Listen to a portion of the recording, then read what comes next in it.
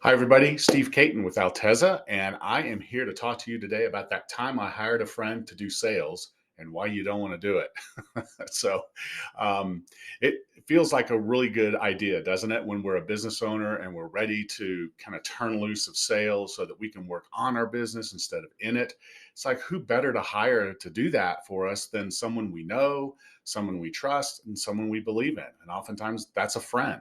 But there are five reasons I don't want you to do this. And let me just tell you, I've experienced this personally. Okay. So this isn't theory. This is real world stuff. And I've seen it happen with a lot of other people besides myself. So here's the five reasons you don't want to do it. Number one, you don't really know somebody until they work for you or you vacation with them, right? But yeah, when they work for you, you're going to learn things about them that you didn't know, about their personality, about their work ethic and things like that. And so that's just one of those uncomfortable things that happens when someone's working for you. Number two, one of the things that we might learn, and I learned this when I did it, was that my friend wasn't a good salesperson. So let's just be honest.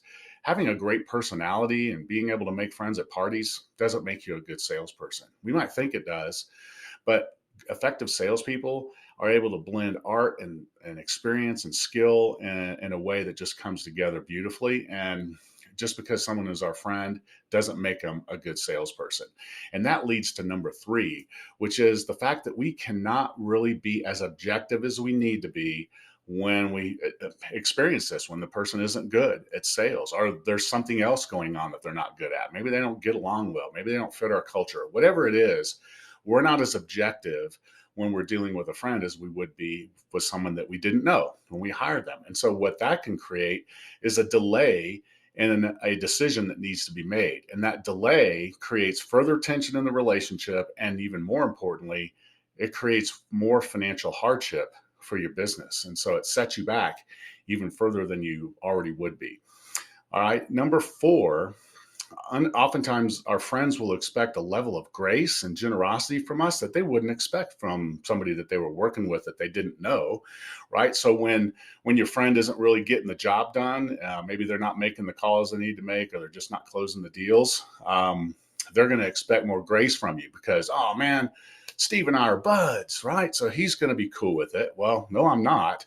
But there's an expectation that I will be, and that's really uncomfortable. The other thing that happens, let's say they do well, and they can expect a level of generosity from you that isn't reasonable, right? Just because of the friendship. So if things are going well and they're closing a lot of business, and you're growing revenue, you're doing well personally, they're going to be going like, man, Steve's doing great.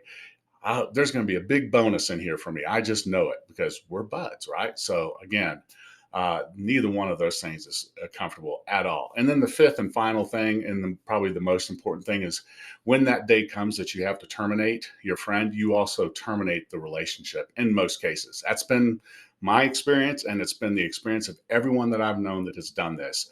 They've had to make a difficult decision to let their friend go, and they've watched the friendship walk out the door as well. And that's just sad.